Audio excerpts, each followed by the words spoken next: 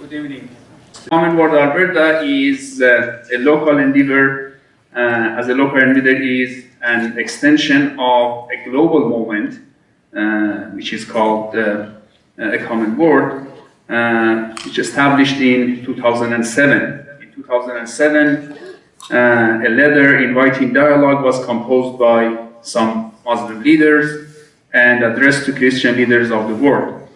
And actually, it was welcomed and a Common Word established at that time. And a Common Word Alberta provides opportunities for Christian-Muslim dialogue here in Alberta, emphasizing local engagement and building awareness of each other. In addition to these annual dialogues, which this 2017 dialogue is the 5th one, in addition to that, several Christian-Muslim book clubs are also sponsored by the organization. You can see the website, Common Word Alberta, for further information. This event tonight, that now we have here at the University of Alberta, is hosted by Tasnim Society. Tasnim, with the official name of Iranian Islamic Cultural Society, is an organization for all Iranians in Edmonton, mainly managed by a group of graduate students of the University of Alberta. Also, for further information, you can visit our website, tasnimsociety.com. And let me introduce myself. I am Hassan Masood, and I'm honored to be presiding this session tonight. I have a PhD in philosophy from the University of Alberta, and I've been teaching here since 2012. Tonight, we are honored to have a panel discussion and question and answer with three prominent religious scholars who have enormous worldwide social, educational, and interfaith activities in addition to their academic work. So let me introduce them and then we will start. First, Dr. Shomali. Dr. Mohammad Ali Shomali is a graduate of the Islamic Seminary of Qom in Iran and has a bachelor's degree and a master's degree in Western philosophy from the University of Tehran. He also earned his doctorate in philosophy from the University of Manchester in the UK. His doctoral thesis was on ethical relativism. He did his postdoctoral research also on ethical issues related to life and death. Since 2001, Dr. Shomali has been an associate professor and the head of the Department of Religions at Imam Khomeini Educational Research Institute in Iran. He is also the Dean of Postgraduate Studies of the International Section at the Jami'at al-Zahra, in which the visiting women are studied. He is also the director of the International Institute for Islamic Studies. Dr. Shomali is currently the director of the Islamic Centre of England. He is actively involved in interreligious dialogue and has organized or attended conferences in many countries, including Canada, the US, UK, Poland, Sweden, Philippines, Italy, Austria, and others. He is the author or editor of 9 books, including Discovering Shi'i Islam, which has been translated into 13 languages. Please join me in welcoming Dr. Shomali.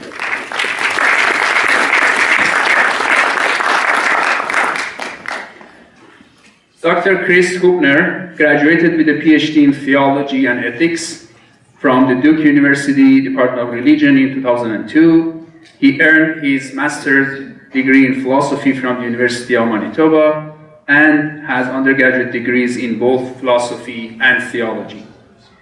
He taught courses at Duke University and Meredith College. He is currently a professor of theology and philosophy at the Canadian Mennonite University in Winnipeg. Dr. Hubner approaches the disciplines of philosophy and theology as they were approached in the world of ancient philosophy and early Christianity, namely as ethical enterprises that give expression to embodied ways of life. He is particularly interested in questions that arise at the intersection of knowledge and politics.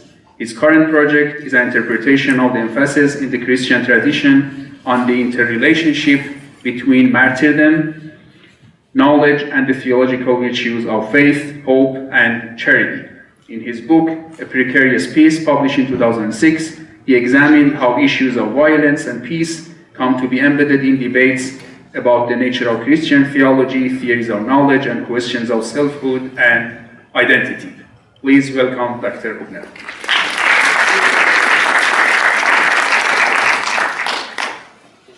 And Dr. Al-Attar. Imam Dr. Osama Al-Attar holds a master's degree in education and a PhD in chemistry from Simon Fraser University in Vancouver. He has several publications in the fields of diabetes and cancer research. In his biochemical research, Dr. Al-Attar paved the way for a thorough understanding of kidney stones. His research has been highlighted by Science News, CNN News, and by BBC. He completed his postdoctoral fellowship in chemistry at the University of Alberta. Dr. Al-Attar partook religious studies at the Islamic Seminary in Karbala in Iraq. He is a recognized speaker globally. In 2005, he established the Active Muslim Youth of British Columbia, a non-for-profit organization aimed at educating the youth and raising awareness about the true message of Islam that includes love, peace, tolerance, knowledge, and perseverance. In appreciation of his efforts, he won the Ambassador of Peace Award from the United Peace Federation in 2006.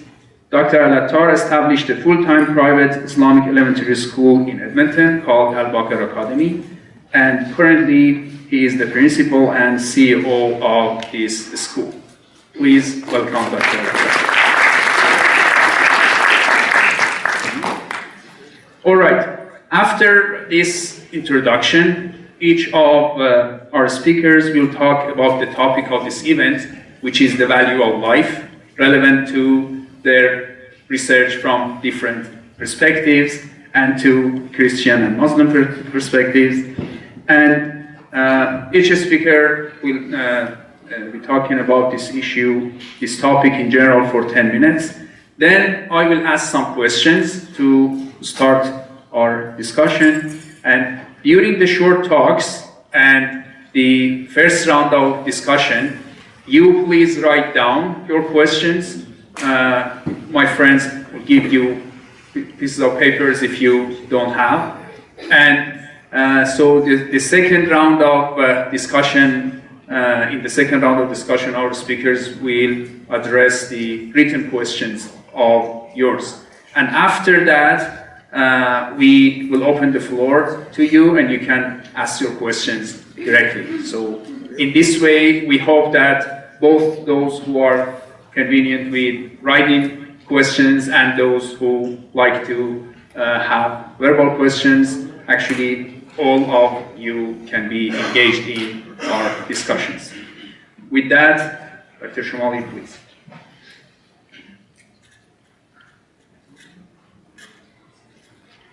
In the name of God, the compassionate, the merciful.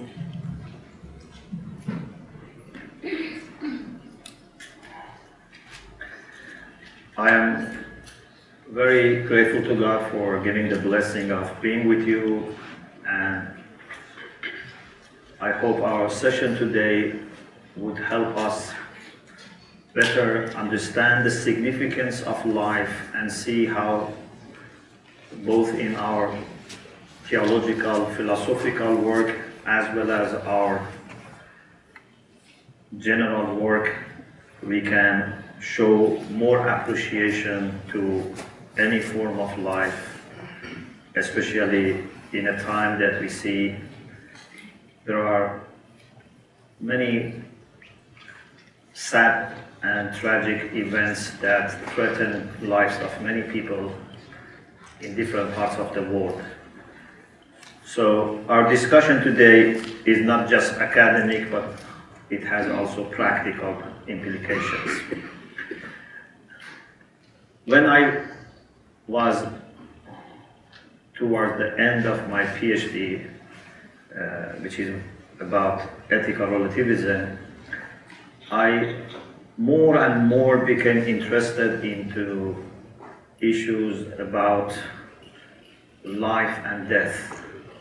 And therefore I decided to do my postdoc on moral issues about life and death. And then when I went back to home, in addition to teaching theoretical ethics, I started teaching bioethics and environmental ethics, and encouraged some of our postgraduate students to do works in this area. So I share with you a little bit about some of the basics of Islamic understanding of life, and I have some papers, and in particular, if you are interested, you can refer to this paper, which is online, called Islamic Bioethics, a General Scheme, which is published by Journal of Medical Ethics and History of Medicine by Tehran Medical University. In all Abrahamic religions, we know that life is very valuable, and actually life is also a quality that we attribute to God Himself. And in the Quran, in 5 places, we find that God is described as Al-Hayy, the living. It's very important for us to know and remember God as someone who has life, which means has understanding, has activity, has care, has love, because without life you cannot have these things. Sometimes in the Quran we find that the quality of life comes right after unity of God. Allahu la ilaha illahu al-hayy. So it's such an important quality that comes after unity of God. And sometimes even comes before unity. Huwa al-hayy la ilaha illahu. So it's such important quality about God. But then God is also the giver of life. Normally, the way we classify beings is we say we have living beings and non-living beings. And this is a conventional way of classifying different types of beings.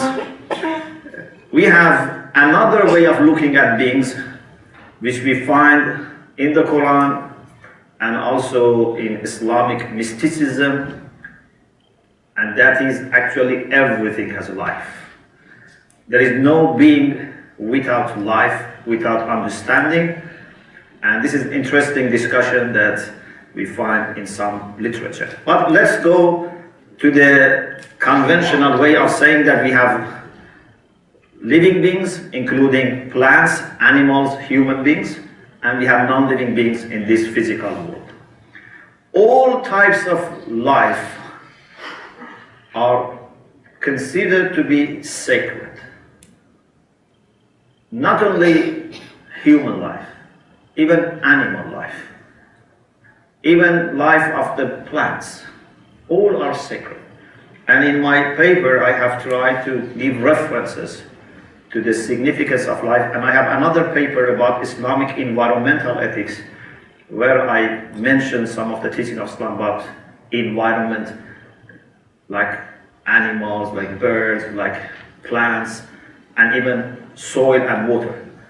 So all types of life are sacred, and we should respect, and we should be treating them in a very responsible way. I cannot show disregard even to a small insect or to a bird or an animal.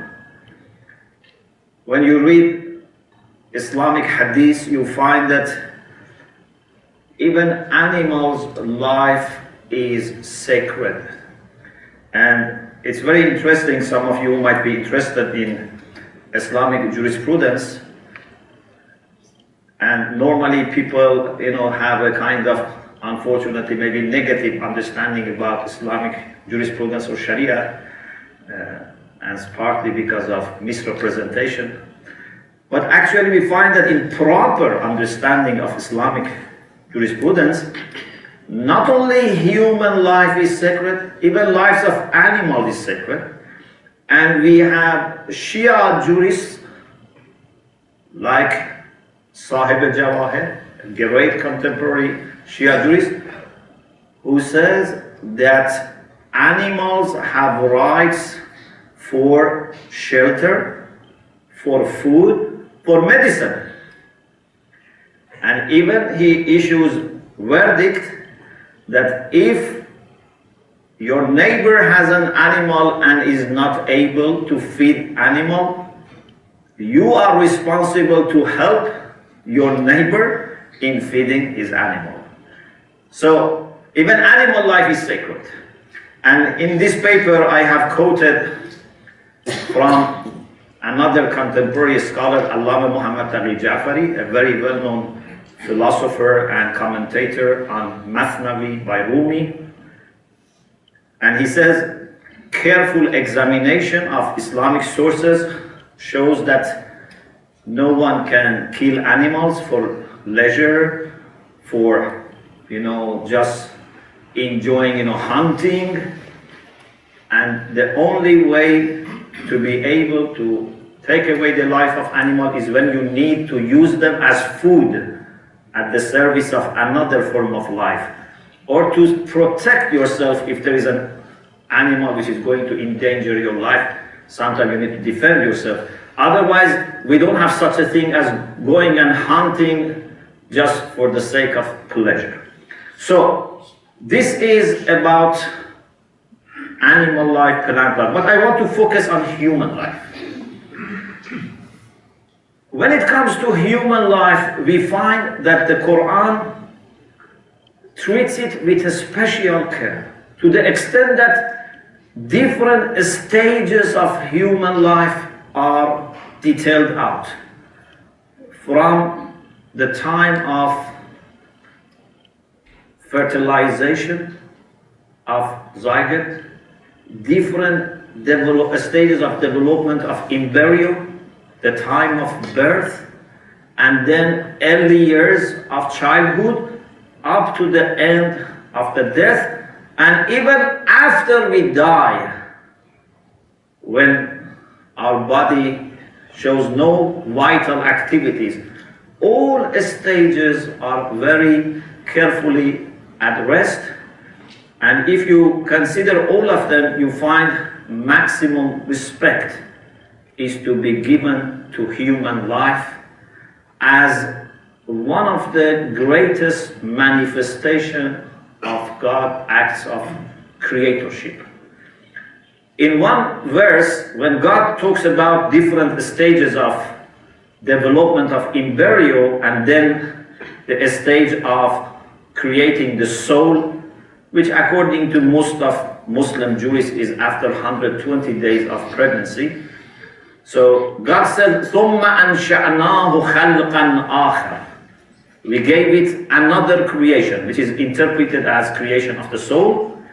And then God says, فَتَبَارَكَ اللَّهُ أَحْسَنُ الْخَالِقِينَ. May God be blessed, the best of creators. This is the only place that we find God as the best of creators, right after talking about creation of human beings. So it means that the creation of human being is the best of creation. And therefore, God is the best of creators. So, we should have maximum respect when it comes to human life. To the extent that the Quran in chapter 5, verse 32 says, killing one person is like killing all humanity. So it's not a matter of number, it's a matter of principle. One cannot say, I killed only one person or two people. Look at people who are, like Hitler and Saddam, they have killed thousands of people. No. Even one person has the same honor and dignity that all humanity has to receive. And on the other hand, if you save one person, it's so important that as if you have saved all humanity. So if you have an opportunity to save one person's life, don't underestimate that. Think that you are saving all humanity. So, the Quranic exegetes have lots of discussion here about this issue, how saving one life is like saving humanity, how killing one person is like killing humanity. It's in my paper. Another issue which we find is that the value of human life is not only when body and the soul are connected with each other. I wish I had time, maybe if you have questions, we can elaborate on this.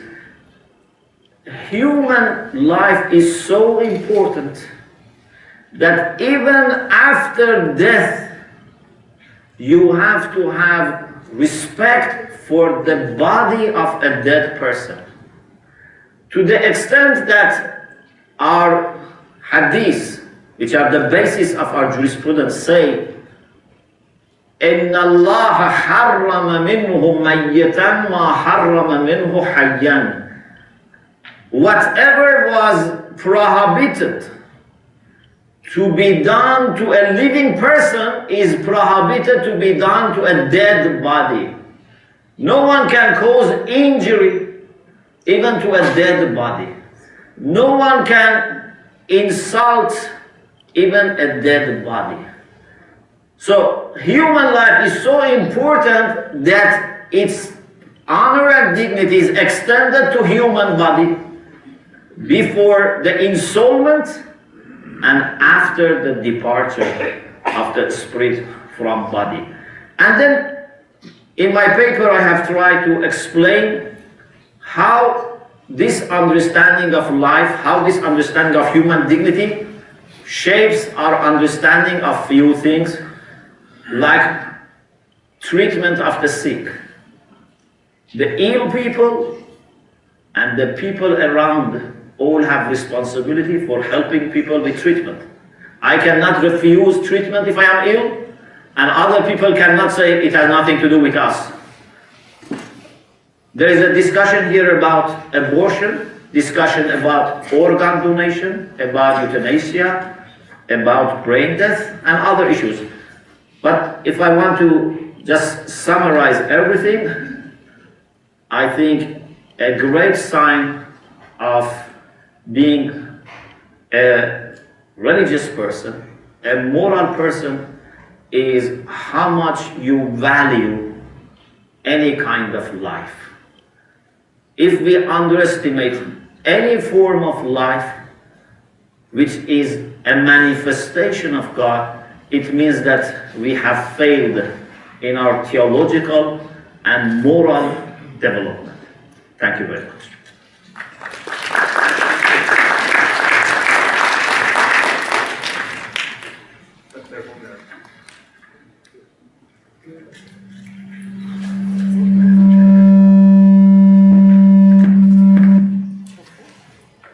We're okay. Can you hear me? Good evening. I also want to begin by just offering a word of thanks to the organizers. I know this is a part of a relatively large event that has received all kinds of attention and hard work, so thank you very much for having me as a guest. And I also want to acknowledge that I'm not the guest you expected to receive. And so I'm, I suppose, doubly humbled to be here standing in for, let's just cut right to the chase, my father, who was supposed to be here and who has spent a lot of time in conversation with Dr. Shomali. I won't pretend to be able to make up for that. In fact, we've been joking that it took 3 of us to replace Harry on the program for the week. So thank you. I want to maybe reflect on how the question of life and death in the Christian tradition gets turned around and upside down and inside out in all kinds of interesting ways. And maybe just as a placeholder, take one representative text from the Gospel of John, where Jesus says, "I am the resurrection and the life. Those who believe in me, even though they die, will live. And everyone who lives and believes in me will never die." Whatever that means, it means, I think, that the realities we name life and death are anything but straightforward. And I want to perhaps develop that by reflecting on two central points, perhaps one set of practices, and then perhaps these have some implications, and we can leave other stuff for conversation after. First point, I'll put it this way. I often reflect on this with my students. Christians aren't born, they're made.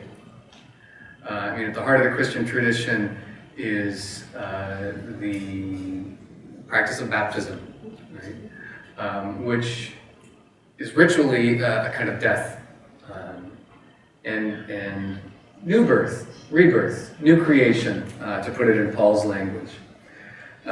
Or I suppose, the more traditional Protestant language of being born again. What does this mean, right? Why is this so important? I mean, I think one of the things it means is that, and this needs to be said with all kinds of qualifications, but I'll spare the qualifications for now. I mean, I think the Christian tradition isn't committed to a conception of life as such, life in general, what we sometimes call mere biological life. Well, this is not to say that there aren't all kinds of really interesting implications for plants and animals, and I really resonate with what you said there. We can perhaps come to that. Not so much life itself, life in general, an abstraction called life, but a particular form of life. I mean, I think this is at the heart of what the Christian tradition, and many religious traditions, are all about, right? This gets developed in all kinds of ways. Spirit and flesh, right? Church and world. Spirit and flesh isn't a metaphysical distinction between a type of reality called spirit and a type of reality called body, but dispositions or orientations, right? A form of life that turns in upon itself egoistically, pridefully, a love of self, right? This is the name for life in the flesh. This is the name for world. And a life that is oriented toward God and others in a kind of triangular relationship. The theological virtue of charity disciplines this in all kinds of ways. So it's not a question of life as such, but what kind of life, right, we're talking about. And notice also then that being informed involves a certain kind of death, putting to death of a life that turns in upon itself, is dedicated toward a kind of a mastery, possession, control, securing of the self. I think the Christian tradition is founded on the assumption that no one life is worth preserving for its own sake. You couldn't have the phenomenon of early Christian martyrdom or contemporary martyrdoms without it. Okay? You want to have martyrs in the Christian tradition, and as much as a lot of modern Christians don't like the fact that we have martyrs, martyrdom reflects the conviction that there are all kinds of things worth dying for that are better than continuing to live for its own sake. This is at the heart of Christianity. It's also at the heart of Islam.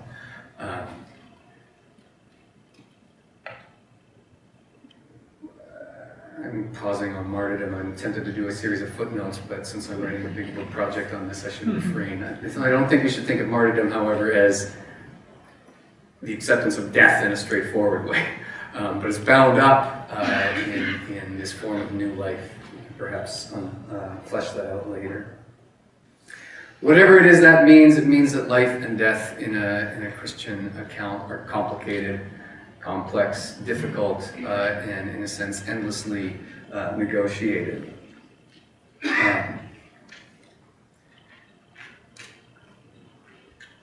The other part of this, and maybe to turn to the second point, is the sense in which our lives are not our own. Right? I mean, Christianity has no conception of life that doesn't think of life as gift.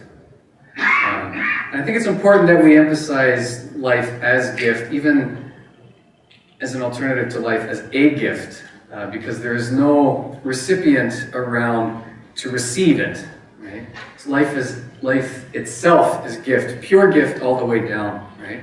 So in early Christian tradition, this gets developed with Augustine's account of creation ex nihilo, out of nothing. Not a reaction, not a response, not a putting into order something that's there and disordered, right? But pure, gratuitous, the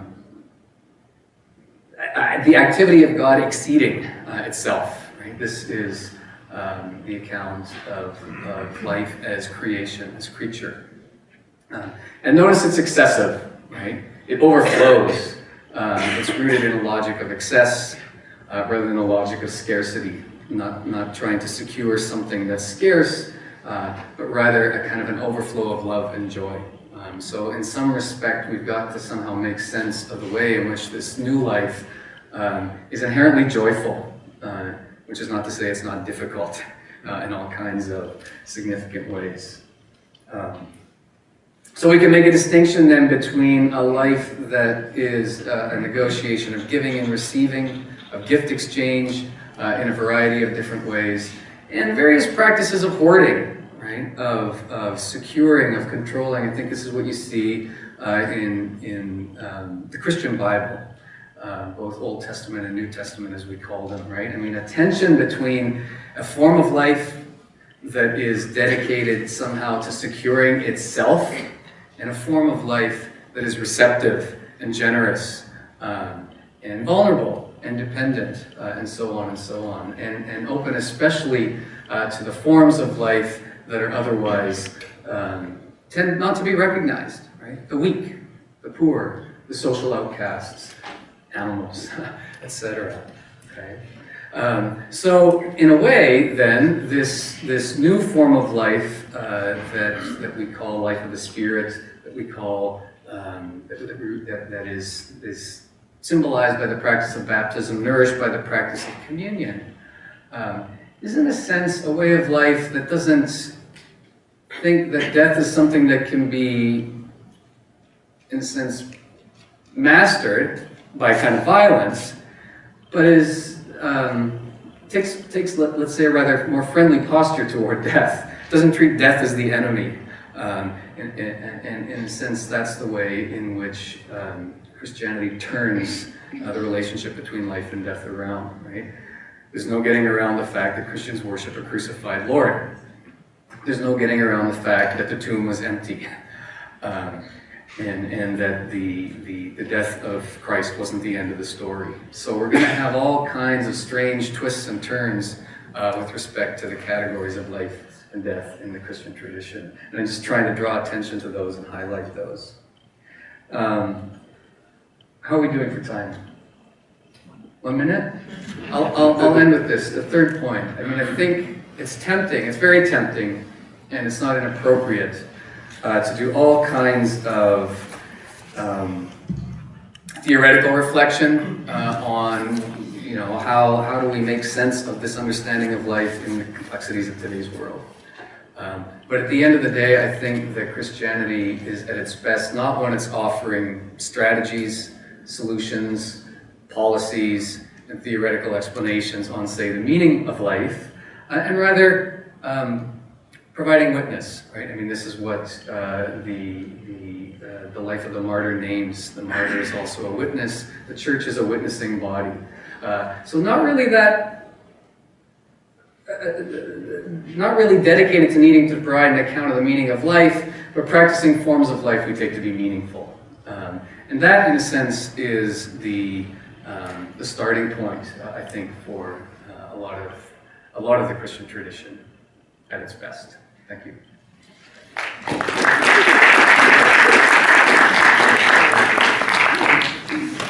Shut this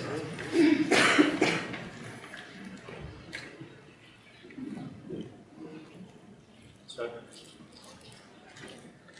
Well, first of all, I would like to thank the organizers for having me here. It's speaking of humbling, you know, it's a very humbling experience to be sitting next to two great scholars right next to me here. When I was given the topic, the value of life, actually many definitions came up to mind. And I think Dr. Shomali just touched on some of those, and I think it is the meaning or the definition of life. How do you define life? So that came up to my mind. Do we give it a medical definition of life? Like, for example, in the medical field today, brain dead is considered dead. And this has its consequences, of course, within the medical field, which may come at a clash with some religious mindset. There is then the religious context of life, you know, which basically the soul leaving the body, and that has its own kind of connotations. There is a philosophical definition of death. There is a literal, in the literature, poets, writers give their own definitions of life. So that is when I'm talking about definitions of life. And I think that the two have touched on this quite well. I looked at it from a different perspective, actually. Value of life, giving meaning, purpose to life, as opposed to defining life. Here, we might take a look at 4 perspectives to life. The first, if I may call it, the pessimistic perspective. Individuals who, in this world, say, what is my purpose here? Why did my parents ever have me? What am I doing in this life? What a purposeless life, and so on and so forth. And this exists sometimes in the works of certain poets and certain writers. You find them having such kind of connotations and this kind of perspective, which is a pessimistic perspective of life. One Arabic poet, Abu al-Ala al-Ma'arri, for example, when he died, he said, "Write on my grave that this is the result of the crime that my father has bestowed upon me, and I did not inflict this crime upon anyone else." He never got married, he didn't have children, so to this poet, life is a crime. And you have some philosophers who are what you may call realists, where they think that this whole life is an imagination, this whole life is just non-existent. That is a pessimistic view of life. So that's one perspective of life. Then there is the second perspective, which is the materialistic perspective of life. That is where people try to gain as much power and authority. To them, that is the purpose of life. So basically, get power, get wealth, get authority, regardless of the means. As long as you can achieve these goals, then you've achieved the value of life. And that's what we can see across history and until this day and age. In fact, that is what established civilizations. That's what destroyed civilizations. It is the materialistic purpose of life, which is basically having power and authority. That is a second connotation or second perspective. To such individuals, the first and second, these individuals, of course, do not come from a perspective that is divine, a perspective that considers life after death. Then there's a third perspective. That third perspective, which you may call a purposeful perspective, but divine-less. In the sense that some people want to have a purpose in life. Their purpose may not necessarily be a materialistically driven perspective, gaining wealth and power. It could be spreading knowledge. It could be writing books. It could be establishing hospitals. It could be establishing orphanages. A lot of good deeds, if we look at them from that context. However, their purpose for doing all this work may vary. It could be humanitarian. It could be self-gratification. It could be fame, and so on and so forth. So while these individuals are indeed serving some value to life, they're helping and serving humanity, however, they're doing it for a purpose that is divine-less. Then you have what I call the purposeful life with divinity. And that's where the value of life, according to Quran, and of course according to the Islamic traditions, come in. And that's absolute submission and servitude to the Lord. A person who lives such a kind of a life where he submits to the Lord, submits to God, lives the life of servitude, such an individual has achieved the pinnacle of the value of life. The Quran consists of several examples and references of such kind of life. Chapter 6, verse 122 is one of those examples, where God, for example, say, and one who was revived and an enlightenment, the light was guiding him all across, is the different from those who are living in darknesses. Here, the value of life is given as those who are submitting to God. That same value is given by the Prophet Muhammad and his son-in-law Imam Ali and his successor. So Imam Ali, for example, in a book that was compiled consisting of his words and sermons and letters, Nahjul Balagha, the peak or the path to eloquence, there he says, I refuse to live the life of animalistic behavior. There, unlike what Dr. Shomali mentioned about the sacredness, he is referring to the instinct of animals, which basically to survive, to find food, to prey if they're predators, to look at their own kind of life, but without any purpose, but just to stay alive. He says that kind of a life is what I refuse. I live the life, the value of piety, righteousness, which is forbidding myself from doing anything that goes against the command of the Lord, and submitting to everything that is of that to the Lord. And that is done purely for the sake of gaining the pleasure of the Lord. That pleasure is sought because the Lord blessed me with the creation, and because He's so worthy of being worshipped, and hence I am the one who's going to be utmost submitting to God. Such a life in Islam is considered to be the pinnacle of the value of life. A person may not leave a big mark on history. However, if he or she lives such a kind of a life, they've achieved the pinnacle of life. Now, we can take it a step further. Then there are those who do submit to God, who live that kind of servitude, but they were not individuals who simply lived in history. They were people who made history. And that is the individuals who are like Jesus Christ, prophet. The prophets whom God has sent. They're like Prophet Muhammad. They're like the Imams in the Shia school of thought. Imam Ali is one of them. Individuals who, when you look and examine at their life, they indeed tried to serve, but create history, leave a mark, define purpose to life, not only at the religious level, but rather at the social, political, and all other aspects of life. To have that kind of a life is indeed what's called the value of life. That is what the Islamic value of life. Hence, and instead of just having a purposeless look at life, or a purposeful, however lacking divinity, it is having a purpose with the divine intention of utmost servitude and submission to God. That is what I thought about the value of God. Thank you.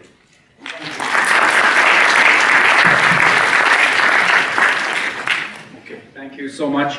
Again, I remind you that while we have the first round of discussions, I put forth some questions.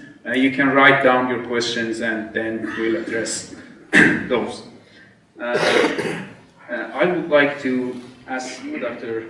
Shomali regarding what you have said, the first question. We know that from a secular point of view, actually, we have human rights. And the right to life is the most fundamental right. In the Human Rights Act is the second article and the most important one. And there is no justification for that. It's an axiom. It's just the basic principle. that we put our principles, our moral principles, based on that. This is the secular way of treating human rights. We have the human right to life at first, and then other things based on that.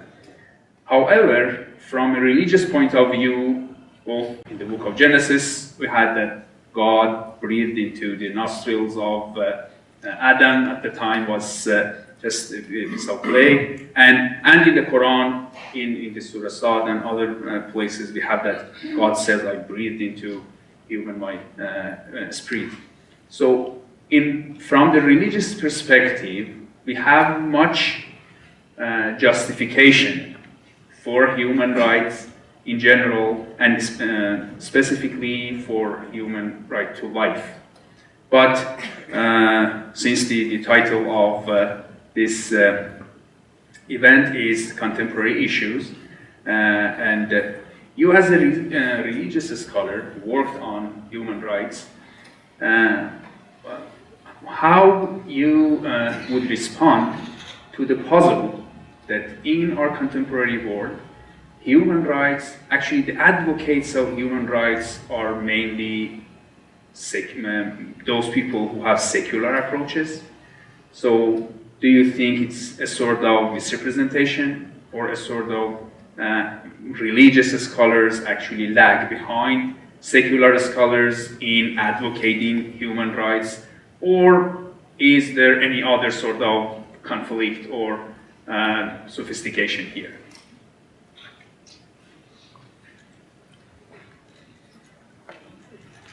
Thank you very much. I think religious people in many cases have been and should be pioneers in campaigns for human rights. And the reason is that not only like secular advocates of human rights, we have respect for human dignity, but also we think it's a responsibility that we have towards God to respect, to safeguard, to protect, to promote human rights. So I believe that even in the course of history, when we look at, for example, the prophets, the messengers, the saints, you see that they were even sacrificing their own life, not only their comfort, even their own life, in order to preserve life of people or other rights. But there are few issues here that in maybe more focused discussion about human rights we can discuss. For example, I think more important than human life is human dignity. So if someone says, I don't kill you, but I put you in a cage and just throw water and food at you in the cage and keep you alive, I think this is worse than killing people, as we have this clearly in the case of martyrs, and as you said, that sometimes the quality of life is going so low that you think it's better to give your life so that you make sure that those who are remaining, they would have a better quality of life. You sacrifice yourself. Or maybe there are cases that, for example, we may disagree about whether this is a right thing or it's not a right thing, and therefore whether people have right to do something which is wrong or not. There are so many detailed issues about here, rights here. But in general, I think there are many areas that religious people and those who are secular, they can work together, and they should work together for safeguarding human rights.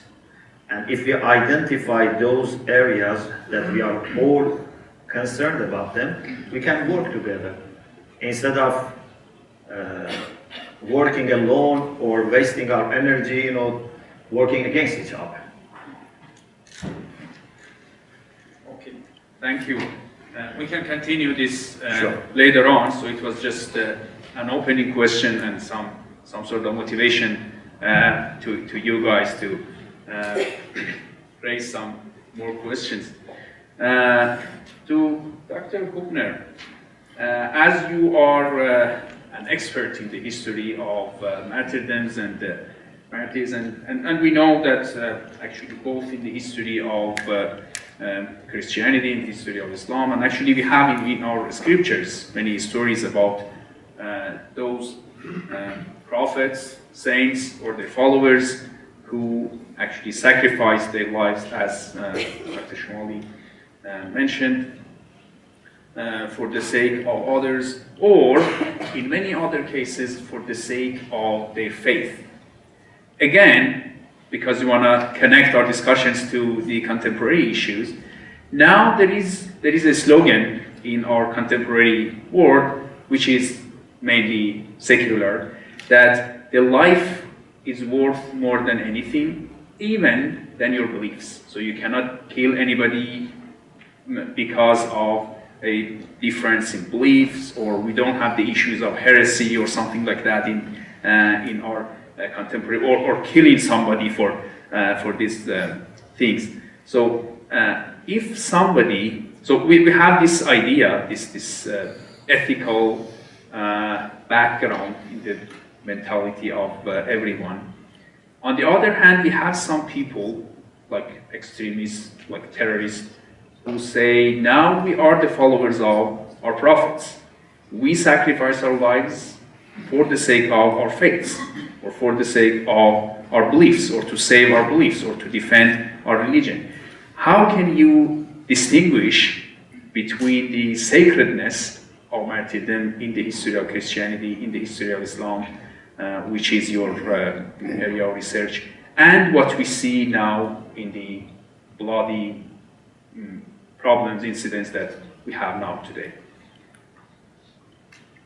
Thank you. That is an excellent question, and not a short one, not a small one. So, is this on? Yeah. Good. I'll try to keep it shorter. I think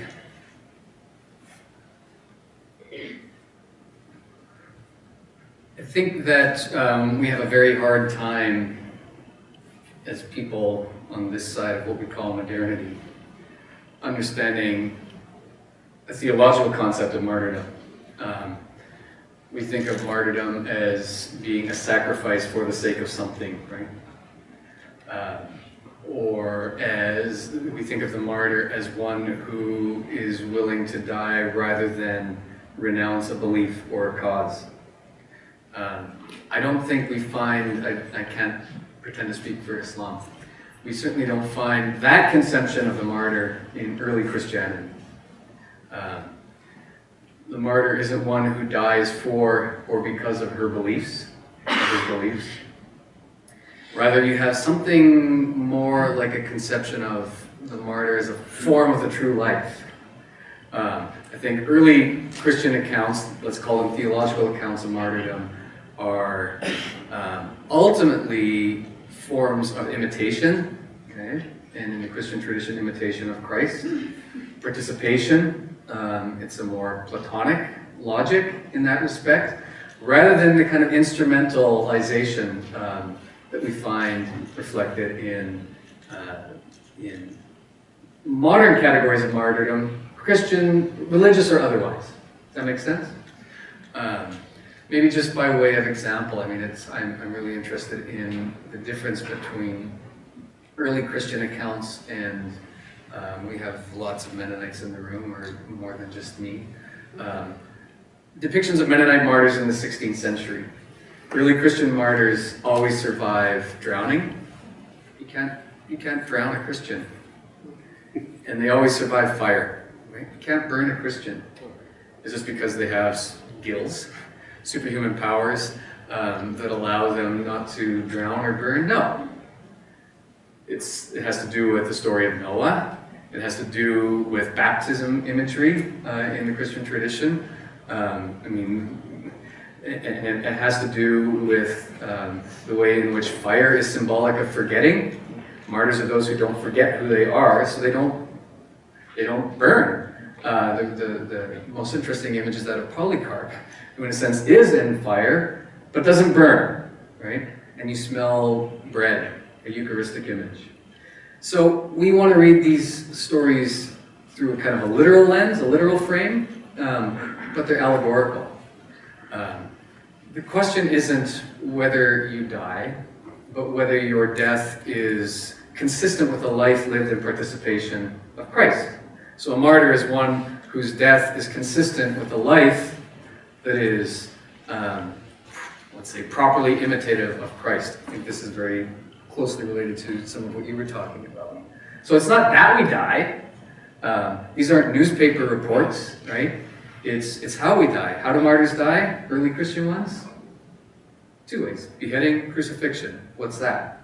Christ and John the Baptist, right?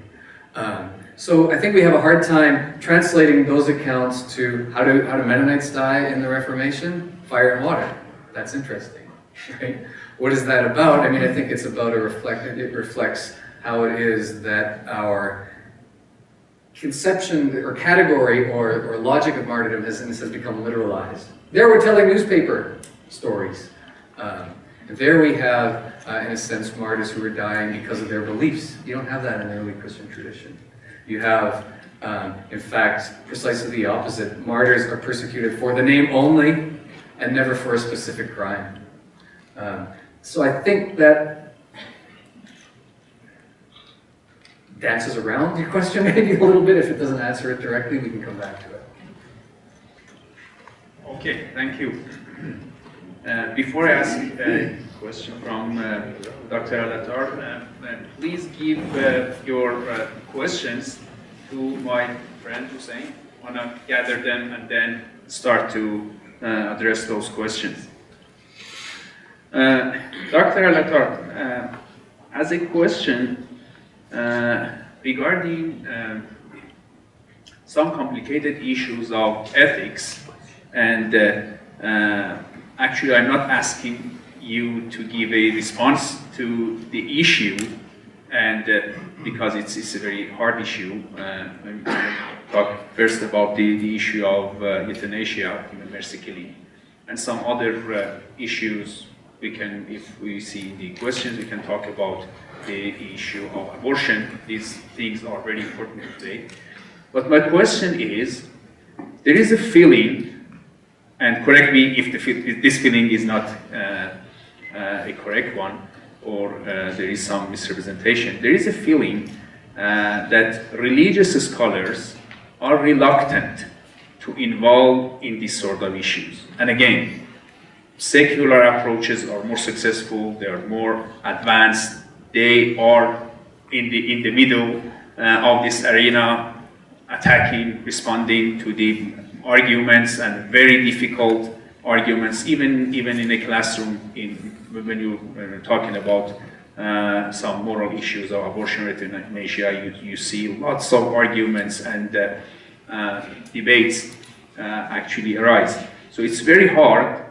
But the question is, why, or if not, you can actually explain this, why religious scholars are reluctant to come into these issues. Do they think that these issues are not significant? Do they think that just jurisprudence and religious law can handle these things? We don't need public debates, we don't need discussions, and so what's your reaction to this sense? Well, my simple reaction is this paper right here, written by a scholar, a religious scholar, on abortion, euthanasia, and a bunch of issues that you just mentioned. So this paper is one proof among many that religious scholars are not hesitant of jumping into such issues.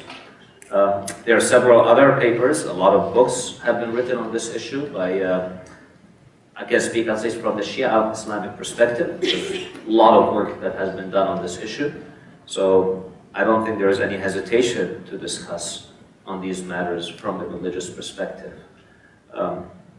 I don't speak from a Christian perspective, but I can just share with you, just recently, a couple of days ago, there was an article in the Edmonton Journal about the Catholic School Board writing their own health curriculum, which is kind of different from the Ministry of Education's health curriculum. And the Catholics' teachings are reflected in that health curriculum. And a lot of these teachings, if you take a look at them, they're head-on with some of those issues that are being discussed. So, based on that article and some, I guess, definitions or some statements made by some Catholics here in Alberta, at least, I don't see them being shy from discussing these issues and you know, tackling and addressing their own beliefs quite publicly. So my simple response is such papers, such books clearly demonstrate that men of religion, at least in the Shia school of thought and apparently in some other schools of thoughts, are not hesitant from participating. And for us actually getting together right now and discussing this matter is a clear indication that we're not shy or afraid from such discussions. All right.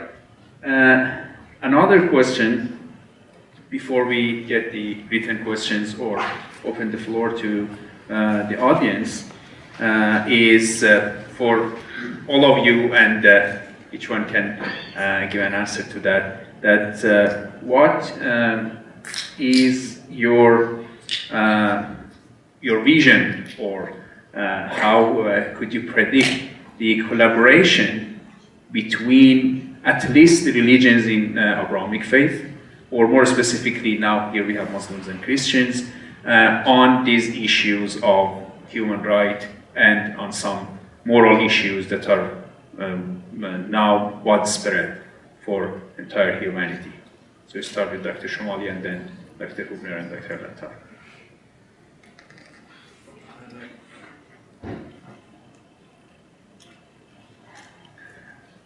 I believe that this is one of the best areas of working together, because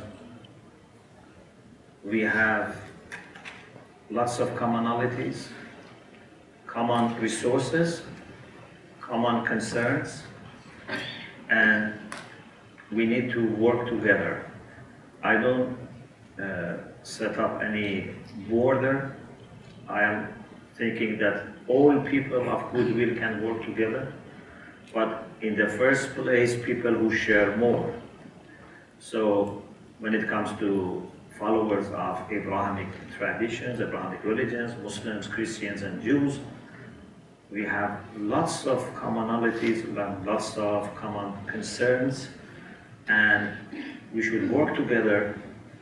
And I think we have also a joint responsibility to share our ideas with other people, because there is a rich history, literature, lots of thoughts have been put into these discussions over centuries, and no one can be fair and say we don't need all input and contribution from religious traditions and we just sit today and discuss everything and decide. This is not fair, this is not objective. Every person needs to consult whatever humanity has achieved over history, and great part of that achievement is what we find in religious traditions. So at the same time that religious people have to be humble and always remain truth-seeking and interested in learning, but they should also be willing to share with other people what they have received, the legacy that they have received.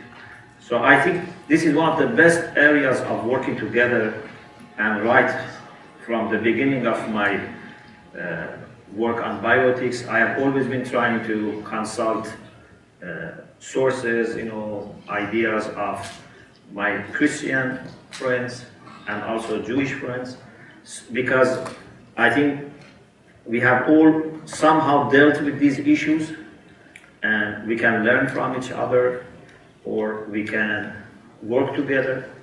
And I hope we would not only remain at the stage of talking to each other and dialogue, we would be thinking together. Because there are some, I think, results that you can only reach when you think together, you work together, you plan together. Not that, I can find everything and I just talk to people about what I have found. So I think this is a very good area of working together.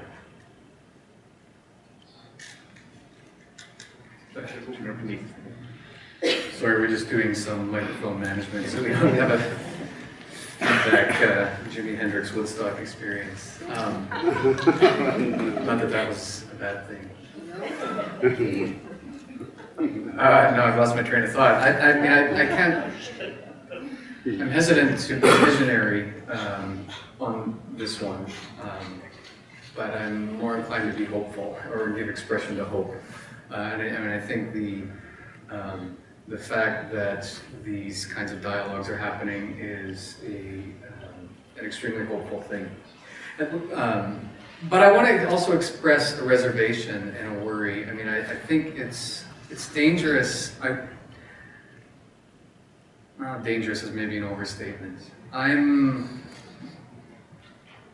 think I have problems with a certain way in which I often hear this question getting put, namely that, let's say, the Abrahamic faiths, Christians, Muslims, Jews, need to kind of unite because we have a common enemy called secularism.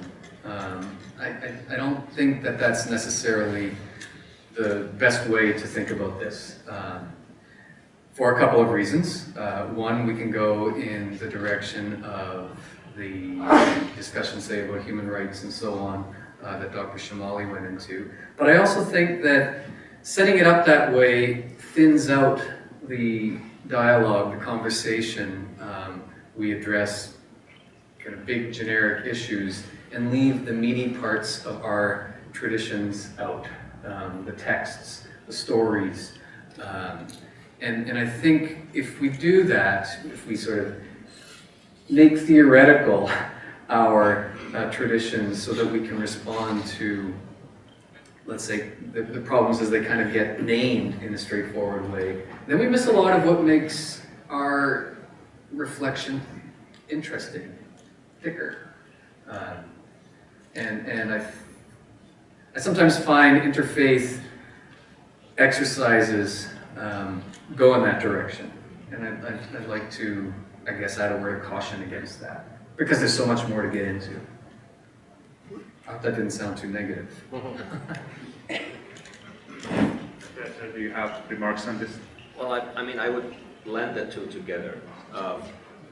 My take on this issue is, of course, the interfaith get together to learn from one another, because I think there is so much rich context to learn from one another, and that's where you can get into the theological aspect of things, that we can get into the nitty-gritty details. And I think I, myself personally, have gained so much from such interactions with different, I mean, I admittedly say I didn't even know of Mennonites until 2010. And that's when I met a Mennonite. But then I realized what values they stand for, what beliefs they have, and so on and so forth. So that gave me a lot of information as well.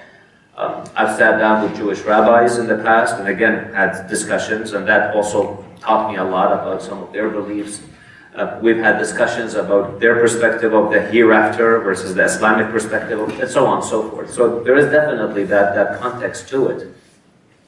Then there is the context of passing that on to the masses. And that's where, what I mentioned yesterday at one of the discussions, where I said sometimes the leadership gets together. You have the priests, the rabbis, the imams getting together, which is wonderful. They have all these nice discussions, but the masses are unaware, or they're just not involved.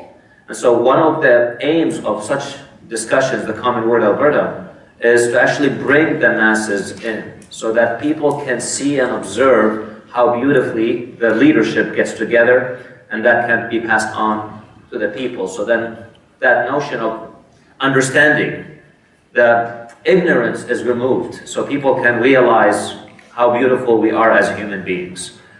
So that is definitely there. But to add to this, I would say, and part of what Dr. Shomali also mentioned is we are facing a secular society.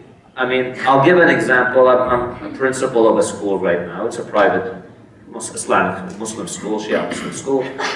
And the issue of this health curriculum issue is an issue that is similar to us as the Catholics, as some Protestants, as some Jewish, and so on and so forth. So here we have a health minister who's saying, for example, this is what you have to teach.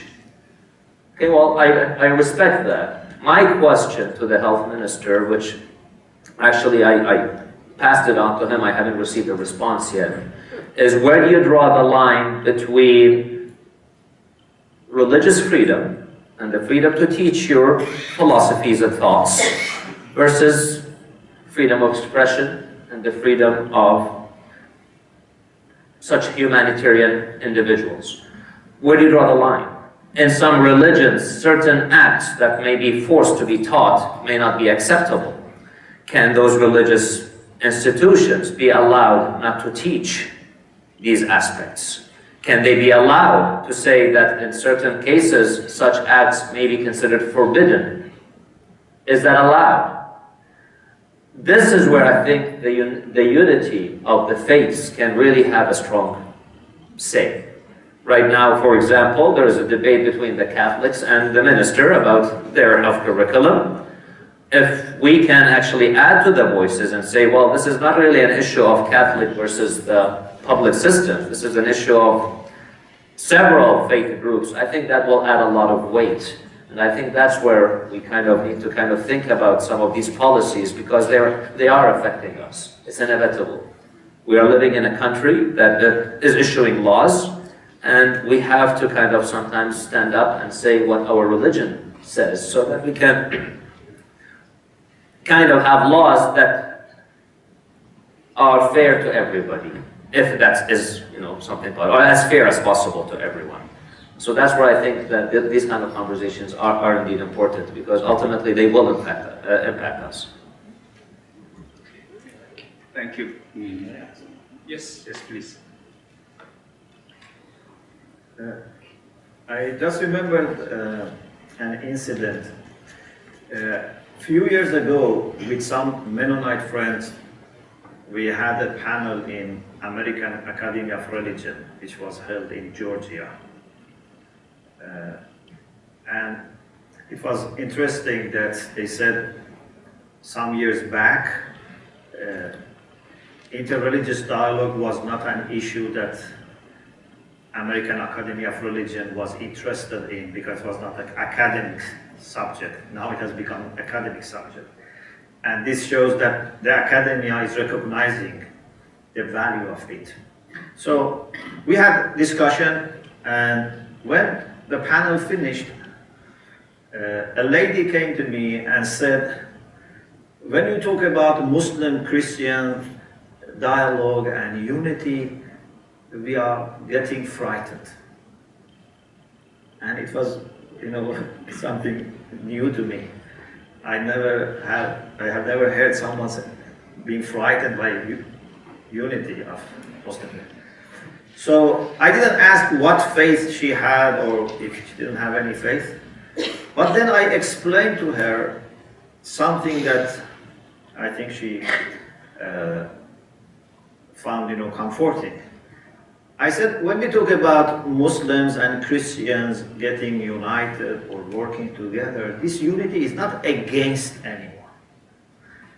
And I said, our understanding of unity is like when you throw a stone into a river, then you have ripples, yeah, we call ripples.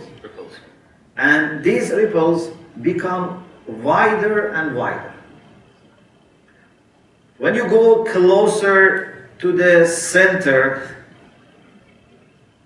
the circles are narrower, but the wave is stronger. When it's wider, then the wave is weaker.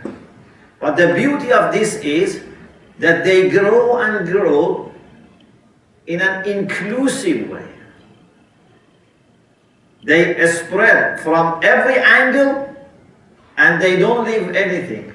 They just want to include.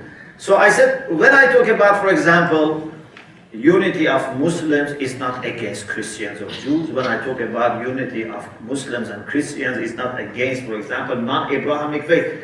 We just want to use any possible ground for strengthening our ties.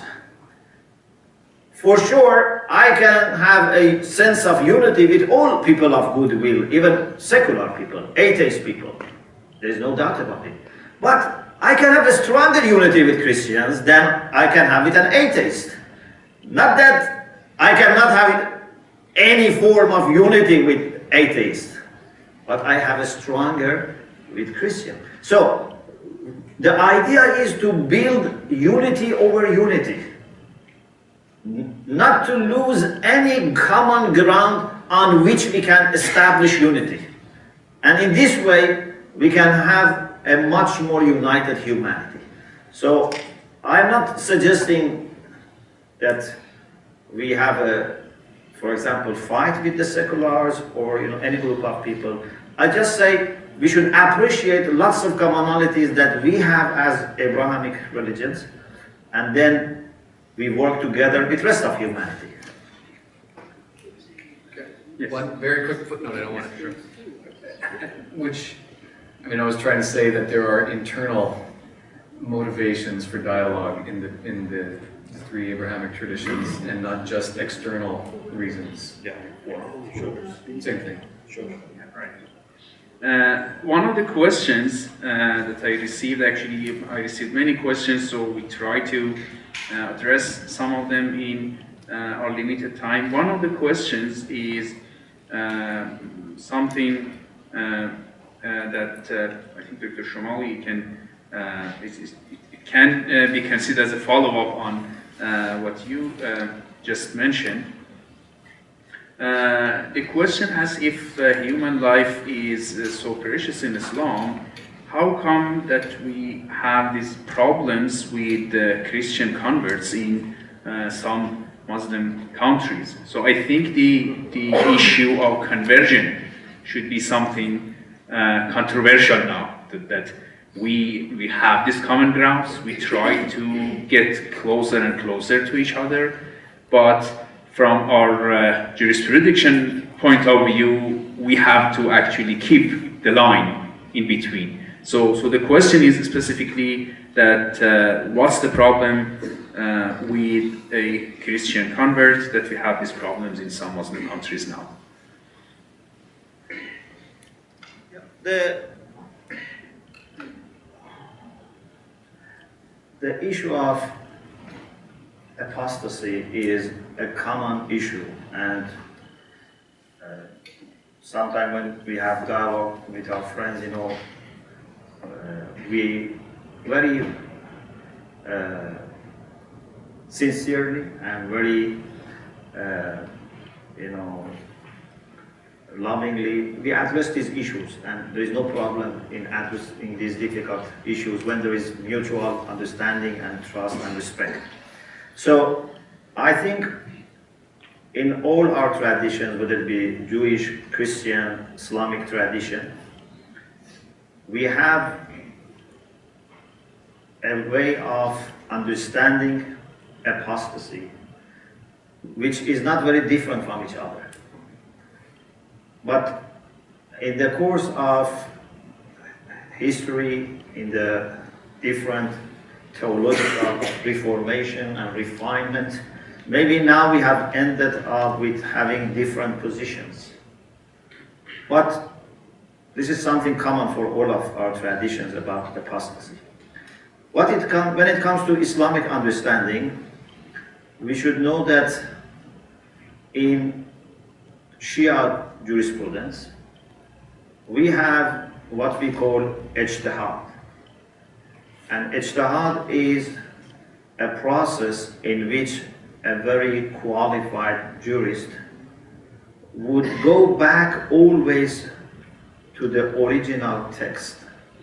So even if you live in this century, you have to go back to the Quran and Hadith and do not let understanding of early jurists filter your understanding. So therefore we have a dynamism, and always jurists can go back to those texts and come up with new understanding. And this is something that is now being discussed, and there are different views. For example, does apostasy even include Christians, or apostasy was something from faith to Non-faith. non-faith? This is an issue. Or for example, if someone does not do anything political, sometimes someone starts attacking Islam and spreading lies and rumors, sometimes a person is honestly thinking that that way of faith or that way of life might be better. So there are many issues that are being discussed, and what is important is every jurist, every Grand Ayatollah, every what we call Mahdi Tabligh goes back fresh to the Quran and Hadith and tries to understand what would be our best understanding of the will of God, at the same time that we respect and we read and we think about the literature which is available, but we keep our mind open. Okay, thank you. But the question was conversion.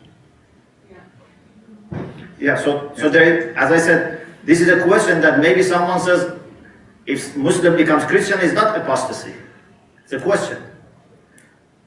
So what we do as lay people, we follow the best scholarship available in our time. We follow the most qualified, but the jurists have no closed mind. They study and they have different understandings. Okay, thank you. And you should know, Islamic world is not monolithic, it's very diverse. You may find some Muslims that even they think other Muslims have no, value. You find some extremists that even they kill Shia, for example, every year. We always hear lots of Shia pilgrims being killed in these days, in months of Muharram and Safar. So it's not necessarily a matter of Islam, it's a matter of that particular interpretation. And actually, I think sometimes even it's not interpretation, that personality of people reflected in their interpretation.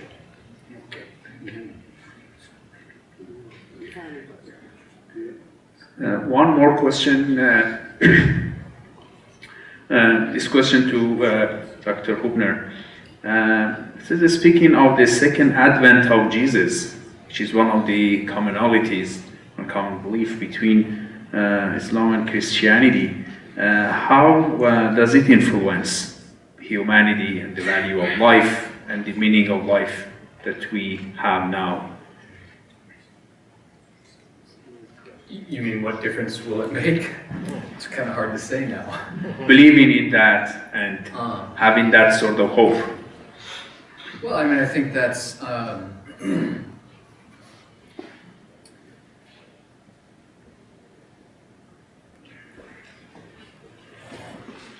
let me start with Thomas Aquinas, which might seem like a strange place to start, maybe for a Mennonite theologian, but maybe I'm a strange Mennonite theologian. For Aquinas and many other medieval Christian theologians, philosophers, question of the theological virtues, faith, hope, and charity, and whether there will be, which one of them will reside in heaven? Only charity, right? Because faith and hope, in a sense, their work is done. Okay? If we're talking about the second coming of Jesus, we're not in heaven yet.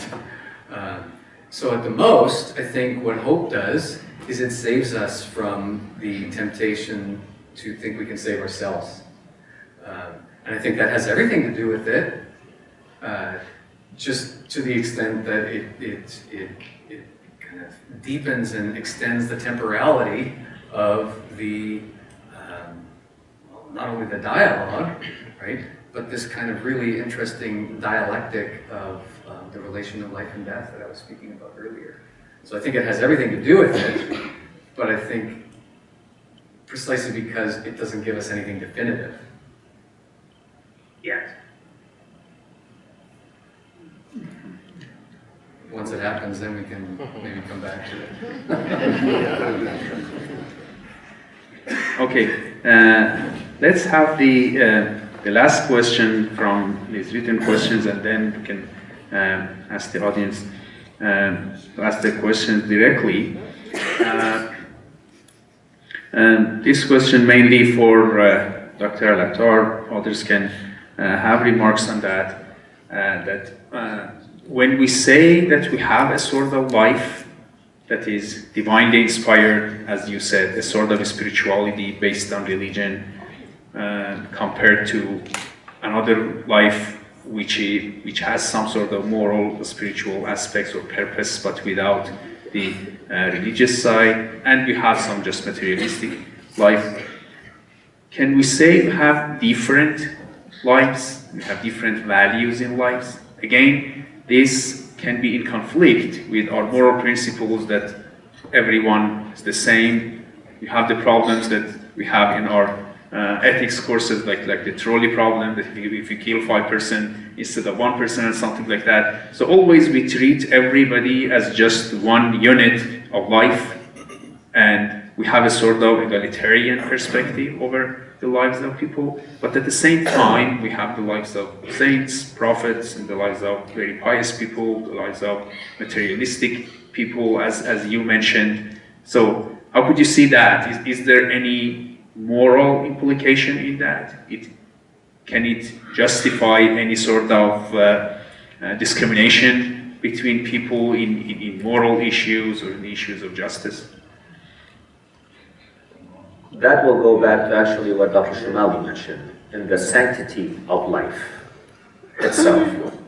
Whether it is a human life versus even now, human definitely has a priority in terms of life, and hence, as he mentioned, in quoting some jurists who allow the sacrifice of human life for the sake of the proliferation of the human, sacrifice of animal life, my apologies, for the sake of the proliferation of human life.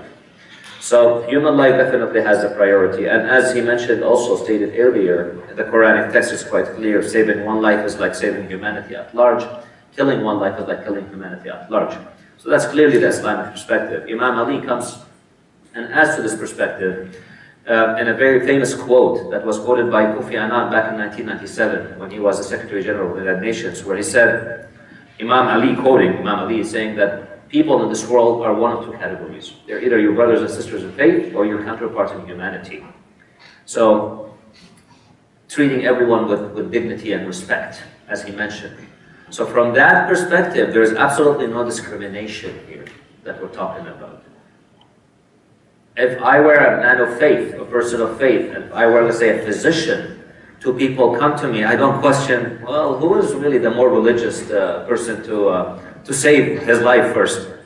As a physician, I'll try to save both lives to the best of my ability. Okay. So that's what the sanctity of life comes in, regardless of what ideology, what background, what I was talking about more is a value, more of the submission value, which can maybe extend to the value of life in the hereafter. That those who believe in God, those who believe that there is a hereafter, to them, death is not the end of life, but rather a beginning of another life. And that is the life that you want to have for eternity, because that's going to be eternal life. This is temporal life. When a person lives a life of servitude, submission, he's really looking, or she's looking at her eternal life versus the temporal life. That will have an impact, in my humble opinion, on the quality of life of the individual. There is numerous literature out there about religion and happiness.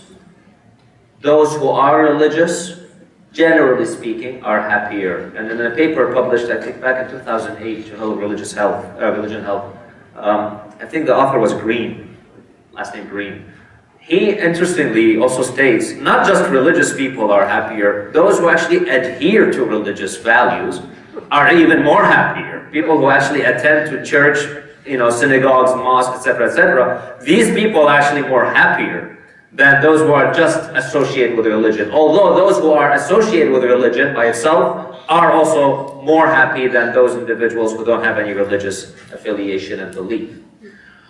That is a very interesting concept in my humble opinion. And if I may add something to this, that's where I think religion can unite together. Because I think the essence of what Jesus taught, Moses taught, Muhammad taught, peace be upon them all, is guiding humanity for a better value of life. We have in the world today a major problem that's called mental health. It's a crisis in Canada and in other parts of the world, where people are having issues, mainly with depression, feeling depressed, and it could extend to other serious connotations of this, resulting possibly in bipolar, schizophrenia, etc., which you might have to have medical intervention. From a theological point of view, a person who submits most to God will live a very good quality of life. That does not mean that his life or her life will be problem-free. They might be afflicted with a lot of difficulties, situations, circumstances, but because of their submission to God, they're always pleased with whatever God sends them, realizing and understanding that this is only temporal, and once life ends, the new life will be the eternal life. That gives people a lot of serenity, tranquility. And that's what the Quran suggests. The Quran says those who walk on the path of religion and the path of Muhammad and his household, the path of the prophets, these individuals will live the life of tranquility and peace. Those who choose not to, they will not live such a tranquil life. So if we talk about the value of life from a qualitative point of view, the quality of life, religion will provide you with the most serenity, tranquility. And hence, as Abrahamic faith, this is something we can actually approach as a possible solution to a crisis that the world is observing. Thank you.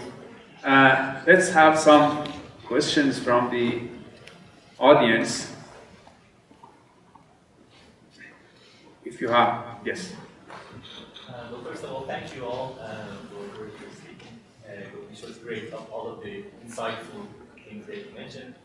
I had a question about, I know that in the literature of historical sociology, we know that in the past few, perhaps, centuries, societies, especially Western societies, has been going towards the direction of perceiving life as just corporeal life, as the life of the body or biological life. So, most societies have been kind of trying to, in a sense, reduce the concept of life to biological life. And all of you mentioned from the perspective of Islam and Christianity that it is not the case, there is something more than that. So, my question is that, how can we perhaps have a dialogue with non-believers who are actually the majority in these sorts of societies about these things? So it's a good thing that we come together and we all speak about, okay, this is from our perspective, this is from your perspective, so that helps in terms of mutual understanding. But how can we have this sort of conversation with a non-believer? What is the common ground that we can build upon?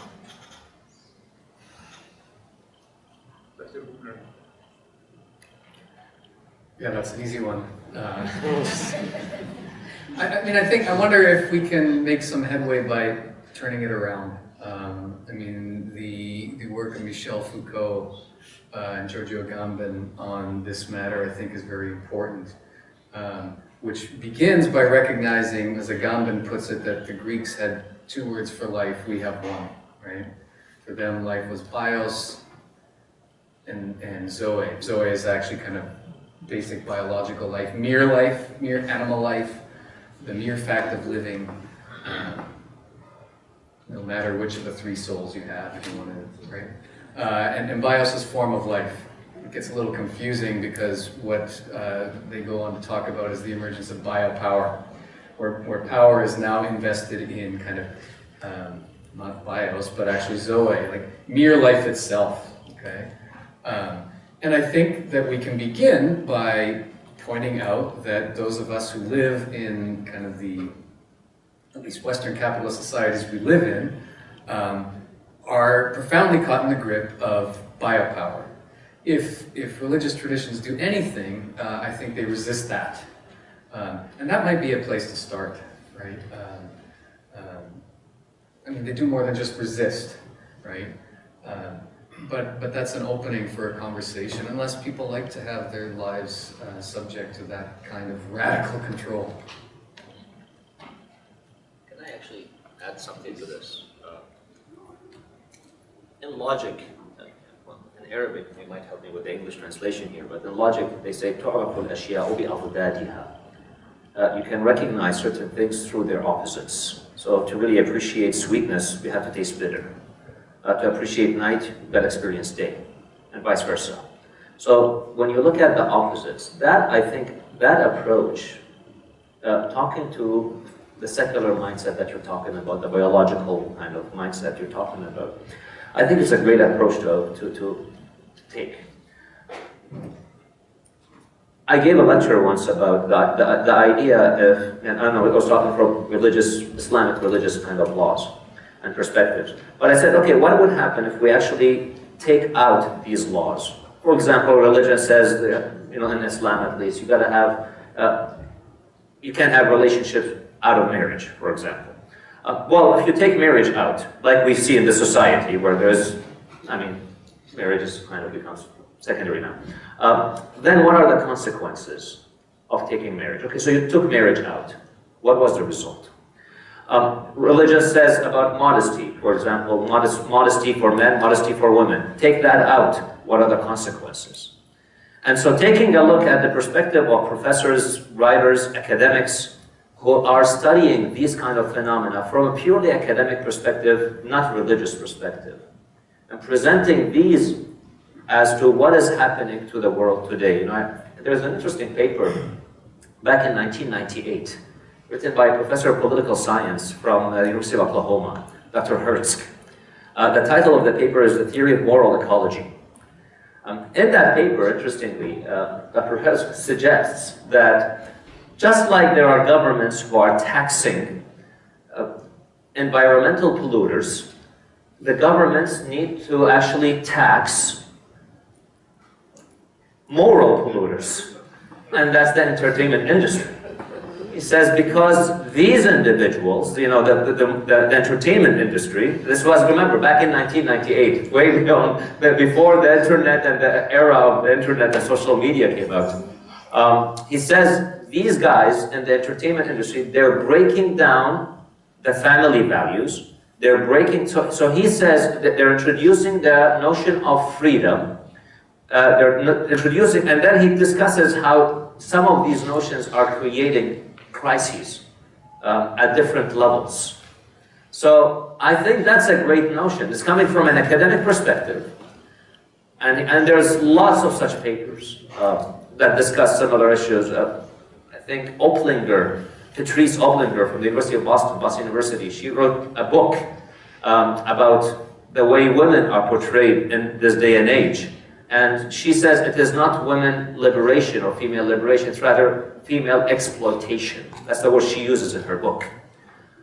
So looking now at taking off religion, you know, and with these religious values, well, did this result in any positive conclusion when it comes to society, when it comes to, for example, social values, financial issues?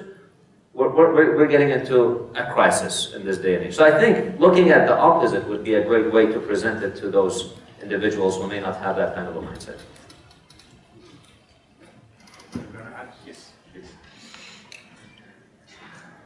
I think, first of all, the belief in the spirit and the spiritual life is not only for Muslims and Christians and Jews. I don't think you can find any significant religious or spiritual traditions who would reduce humanity to only physical life. So it's much more than that. Secondly, I think we, at the same time that use our theological language and discourse, we should all also be involved in philosophical discourse. So I think philosophy is something that helps all human beings to communicate and have, dialogue with each other. And this is why I think many ethical issues that we have in Islam or Christianity, we have to also have philosophical reflections on them and not be satisfied by saying that this is what the scripture says. Yes, we believe in the scripture, but we believe at the same time there is a wisdom behind what God says. And that wisdom should be something that if we try, we may get access to it. Not necessarily, but we may get access to it, and then we can share it with other people through wisdom, through intellect, through logos. So, therefore, I think religious people need more and more to get involved in philosophy. And don't think of philosophy as something not useful or not necessary. Actually, I think it's very useful. Not every person, but as traditions, as communities, because that gives us lots of opportunities to interact with other people. Unfortunately, in many universities, you find those who specialize in theology and those who do philosophy, they are totally separate. And this is sad. I think theology and philosophy should be closely working together at the same time that we respect that each may have their own methodology. But we need to find ways to bridge. Thank you all. Can I just say that nowhere have I ever felt as valued when I introduce myself as someone who teaches philosophy as the visit to Iran. In Iran, at least, philosophy is still respected. North America, it's about as low on the academic totem pole as you can get. So he has some work to do. Sorry, just to add as a note, I apologize. When we were doing a PhD in chemistry, one day we had this, what would you do with a PhD in philosophy? What a useless thing to do. You wait for a philosopher to die so you can take his position as faculty member. That's basically if they don't downsize. That's right, I mean. I highly appreciate philosophy and philosophers. Yes, please. Dr. Osama, you mentioned earlier about your words was religious people are happier with whatever God gives them. What do you mean by things that God gives them? Everything, the whole experience of life. Now, life has its ups and downs. So, whenever a person experiences a tragedy, for example, people of religion, because of their connection to God, to a power that can listen to them, that can hear them, they have that faith and conviction that this power hears them when they talk, hears them when they complain, and is capable of protecting and saving them. That gives people a lot of hope, a lot of motivation. Plus, they're submitting to God. So whatever He chooses for them, they put in the effort to try to alleviate their difficulties. It's not like they sit at home and just pray. But at the same time, they realize that if this is what God has chosen for them, then it is for their own benefit. And so they try to work towards it. You need to say then that whatever problem comes into my life is from God? No, that's not true. Many problems are the work of human beings. Environmental problems that we're facing today is the work of human beings. Many people who are experiencing poverty in the world is because of human beings. So I'm not saying everything is from God. However, what I'm saying is that if I do experience a problem, even if it comes from a human being, it's, the act of a human being, I would still submit to God and try to work in resolving it. But then, at the same time, I realize that whatever is happening is for my own benefit and will lead to some good later on, either in this world or in the hereafter. At the same time, that power of prayers, where I can pray to God to help me and save me and protect me from these difficulties, gives a lot of hope, gives a lot of tranquility and serenity to the individual. But I'm not suggesting that with the problems that you experience in life, all of them come from God. They're responsible, in many cases, by human beings. Yeah, I totally agree on that, that if you have a strong faith, then whatever problem comes into my life, I can handle it because together with Him. And that is and that's exactly what, and hence you'll live a better quality of life. That's what research has found. But I also often hear from people that when they are sick or they have problems in life, and then they blame God and say, why does He give this to me? Therefore, I have a problem with that when people say that, because what I understand is that God is love. Who among us here is a mother or a father? And I believe that God is my heavenly Father. And a father or a mother would never wish something bad to a child. So I totally am really hurt when somebody says that, why do I have cancer? He gave this to me, I can handle it. No, it doesn't come from God. It's from your own choices, mistakes in life, or to your environment, or what is caused to us, and that's what I believe. You're partially right. Now, speaking from a Shia Islamic perspective here, you're right. Some of the problems we might experience in life could be a consequence of our own doings. I may have sinned, and hence I deserve some kind of a wake-up call. So that's agreeable. However, there is sometimes a level of testing. Parents love their children, but sometimes discipline is necessary to make them better people. So I totally agree with you. However, if we take from a Shia Islamic perspective point of view, why would John the Baptist get beheaded? Of course, he never sinned. We as Shia Muslims believe that prophets, saints are infallible. They never commit sins. They never make mistakes. Such individuals, some prophets who did experience a lot of pain, a lot of difficulty, persecution, killing, these individuals, yes, it was at the hand of people, but also God testing them and challenging them so that their ranks in heaven would be even greater and greater, their reward would be even greater and greater. So it's not always that it is the individual who's responsible. There is some kind of a test for a better person. Like they say in English, if it doesn't kill you, it makes you stronger. So that kind of a perspective. Yes.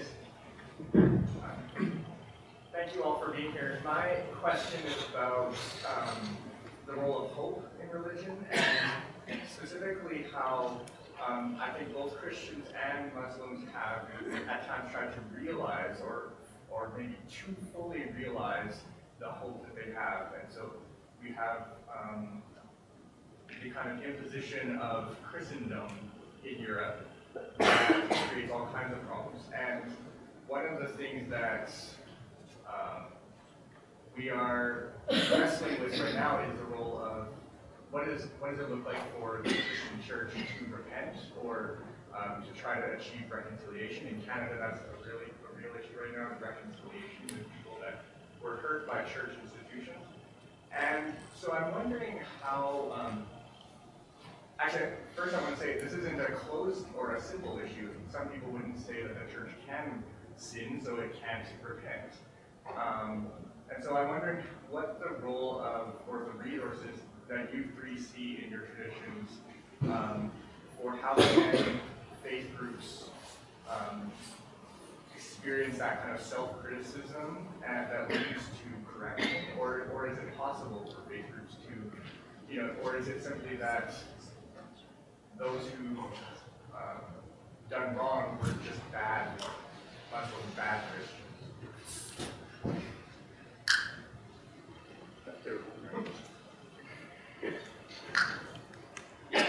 Yeah, I guess I was the one who mentioned hope.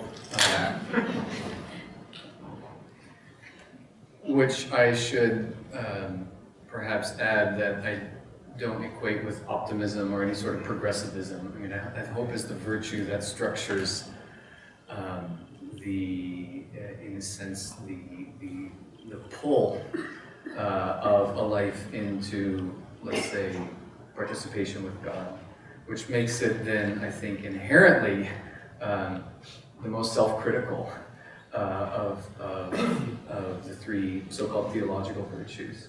So I think it is far from easy, kind of optimistic, almost sappy, right? But invites us to various forms of self-interrogation. Right? I mean, in the Christian tradition, it tends to be the case that Anabaptists are the specialists of hope, right? Catholics are charity, and mainstream Protestants are faith. If you look at Reformation era martyrologies, say, Lutheran martyrs are always structured around the virtue of faith, Catholics around the virtue of charity or love, and Anabaptists around hope. And then, of course, the other big producers of literature on hope are, of course, the Jews. So I don't think one should ever equate hope with success, right? I mean, if there's one thing that Mennonites should know, I mean, hopefulness is no sort of marker or guarantor of success, right? It's like being a Winnipeg Jets fan. So, I mean, I think it's the most kind of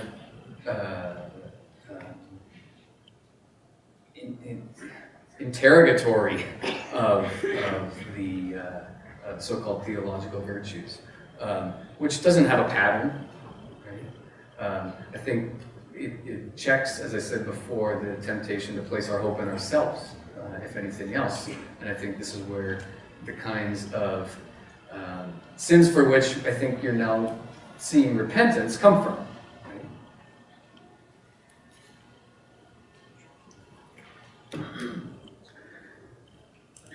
Any hope? Yes. Yeah, continue. Yeah, sorry. I think hope is one of the greatest conditions for humanity. And without hope, we would never try to improve. What we have in Islamic literature is that to be despaired is one of the greatest sins. You should always have hope of being forgiven if you really look for being forgiven. If you are really sincere in repentance, there must be always hope. Even in some hadiths, we have that if someone has killed prophets, which is, one of the greatest sins that you can ever imagine, to kill a prophet, and then it says prophets.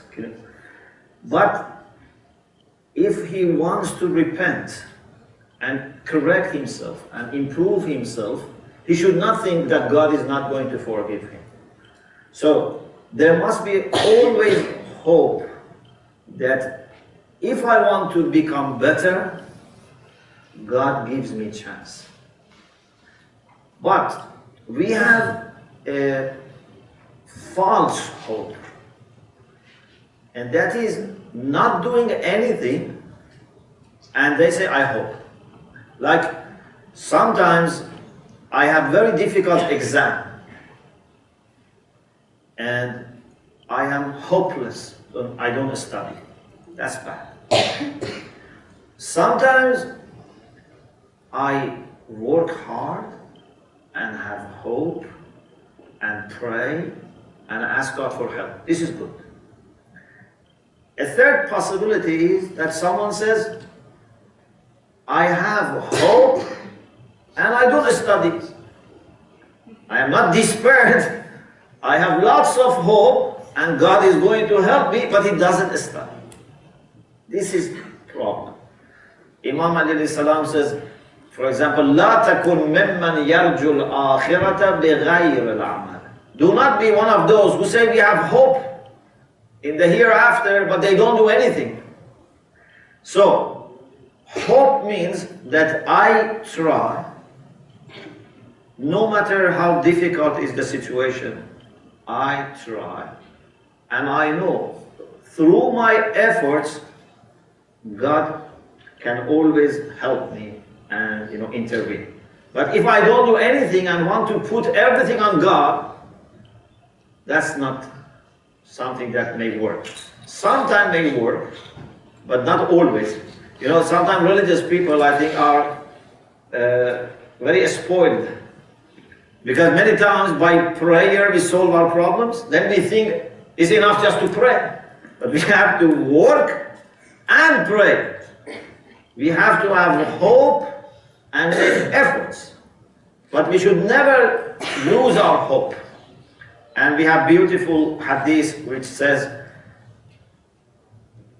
whenever you have the least of hope of something positive happening, you should be more hopeful. That's the time that actually makes solution be very quick. So in most difficult time, expect a way out. إِنَّ مَعَ الْعُسْرِ يُسْرًا. The Quran also says, with difficulties there is ease. So we should be always hopeful and make efforts.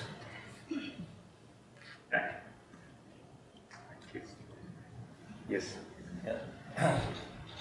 My question is for Dr. Yulna.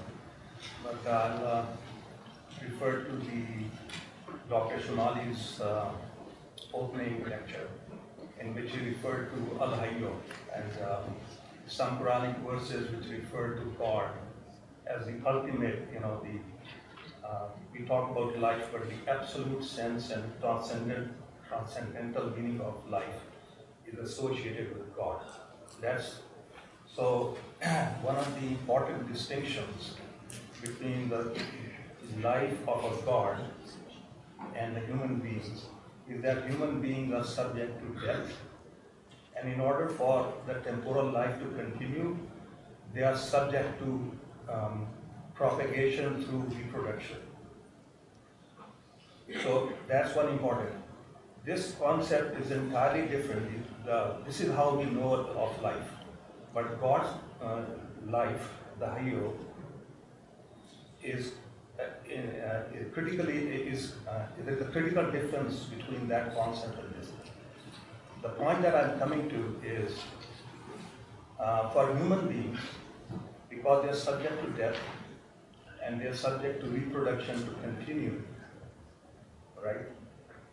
Why should God have a son, or should reproduce when there is no beginning of the God and there is no ending?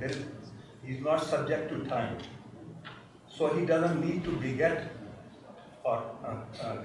So, from a philosophical point of view, from Christianity, from philosopher, how do you justify Jesus Christ being a son of God?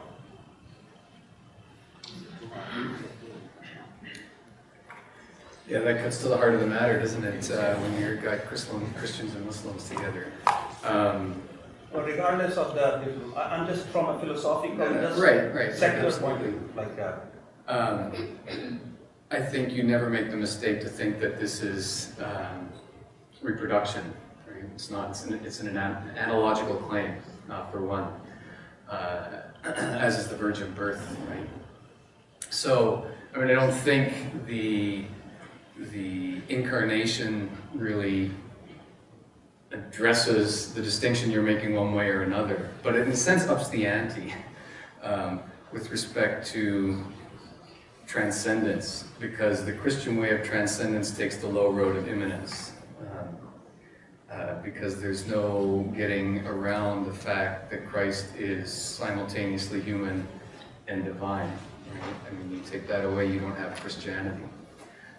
So I think what we have in the Christian tradition, at least, is a way of thinking transcendence and immanence in such a way that they're not in competition with one another, they're not in conflict with one another. I can't speak to Islam on that, but I do think that it's really, we sometimes think that the secular is a rejection of transcendence in favor of kind of pure immanence. I don't think that's right. I mean, I think what the secular gives us is a way of thinking the relation between transcendence and immanence as now competitive, such that we've got to choose one or the other. And whatever it is we can say about Christianity, it resists that choice. In Christianity, we say that God sent His own Son to humanity to make Him feel the sufferings of the humanity, right? It means that God was somehow not able to feel that, and He had to send somebody to be able to feel that. No, I think that's to psychologize God, which is a dangerous thing to do. I also think we need to resist the, I mean, you don't get Christian accounts of the Trinity if you think of the Incarnation as chapter 2. It's not chapter 2, it's chapter 1, right? I mean, it's not an event in a kind of a temporal sequence. In the beginning, what was the Word? And the Word is God, with God. I mean, Christ is present at creation. Okay? So it's not a response to something, you know, I did this creation thing and I kind of messed up, or we've got these humans and they're sort of deep into sin and they need kind of extra assistance. I mean, I think to temporalize the kind of Trinitarian accounts is to kind of miss the point altogether. Or at least that's what the Christians will say.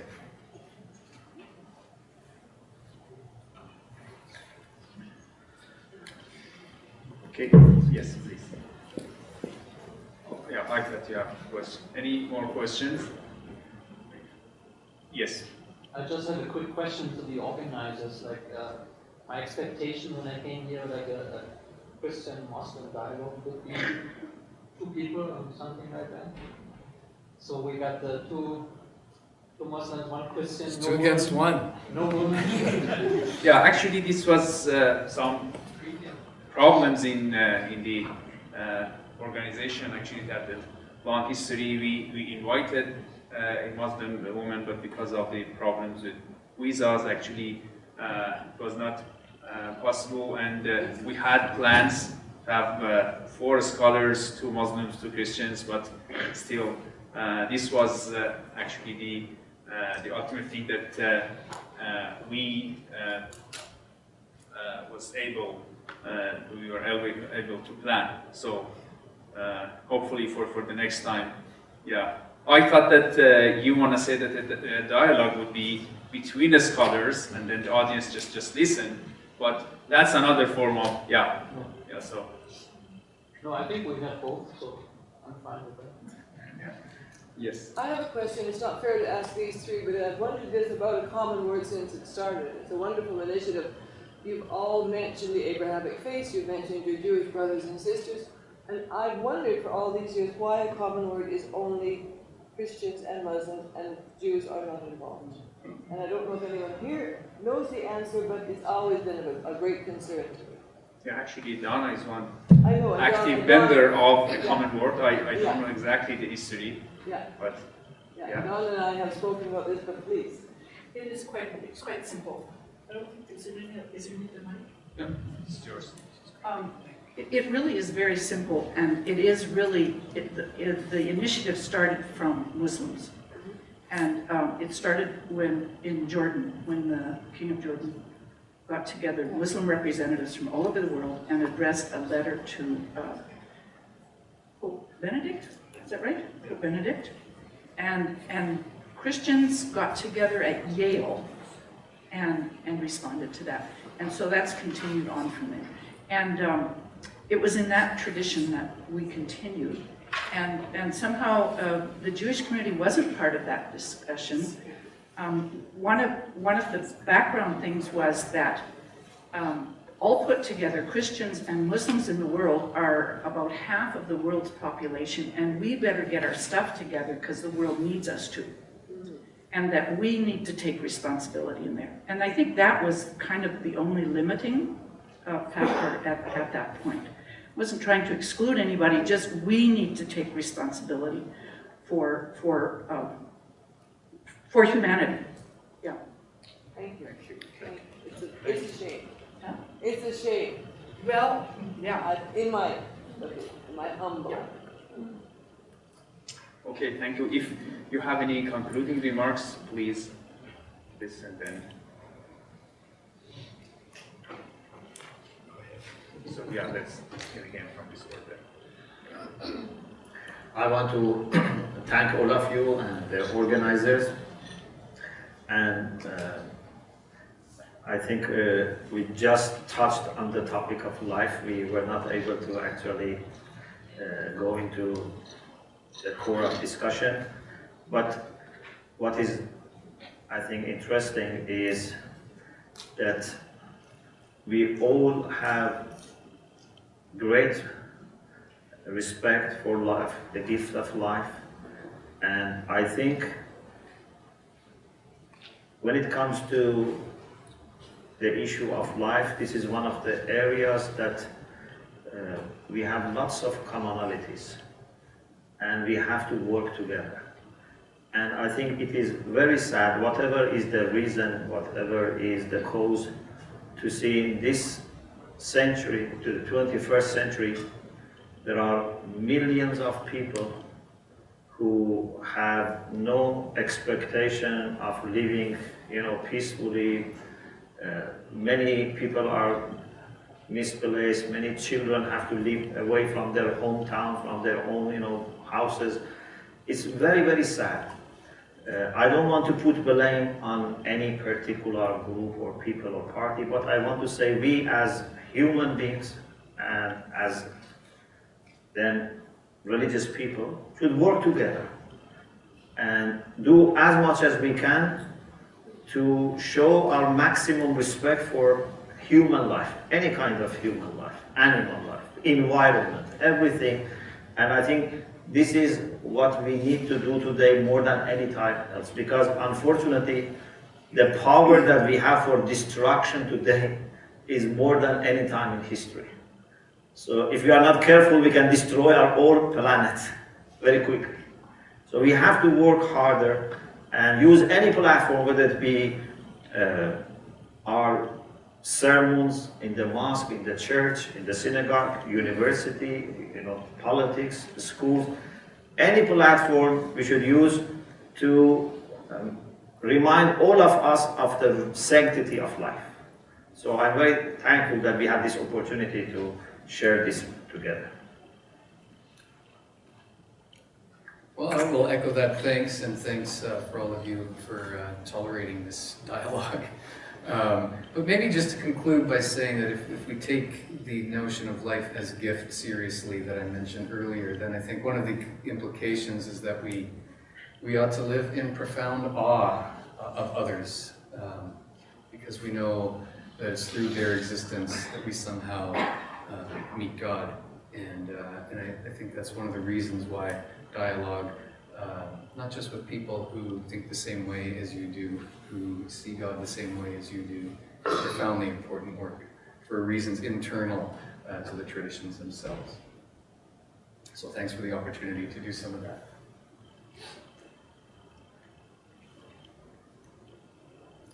All I'm going to do is amplify the gratitude and thank you from the organizers and from all of you for attending here. And I'd love to see this kind of interactions, as I mentioned, because I'd like to have the masses observe what the leadership is doing, so that it kind of reflects. And I know that there are many initiatives globally to kind of achieve peace. I think one of the strong platforms for achieving peace is actually religion. Religion is powerful. Faith is quite powerful, and hence sometimes, unfortunately, when it's abused, you can see it could become very destructive. And so we would like to use it in a positive sense, at least, try our best efforts to use religion in the positive sense. If we can increase these kind of gatherings, and you know, thank God they're happening, smaller scale, larger scale, but I think this is where we should aim to achieve peace, because religion is quite powerful. People adhere to it, people listen to it, and there's a lot of platforms available. So if that kind of message could be resonating globally, then I think you can seriously achieve major changes. One additional aspect, of course, to achieving world peace is not, you know, we have these dialogues, but then we have to really work together with the politicians. Unfortunately, they're the ones who make the rules. They're the ones who pass the laws, and sometimes they're the ones destroying our world. So we got to also work with these politicians in a positive sense, so that we can hopefully change some of the perspectives, change some of the laws, so that, you know, we can achieve greater social justice. But again, thank you very much to the organizers and to everyone else. It's a humbling experience on my end. Thank you.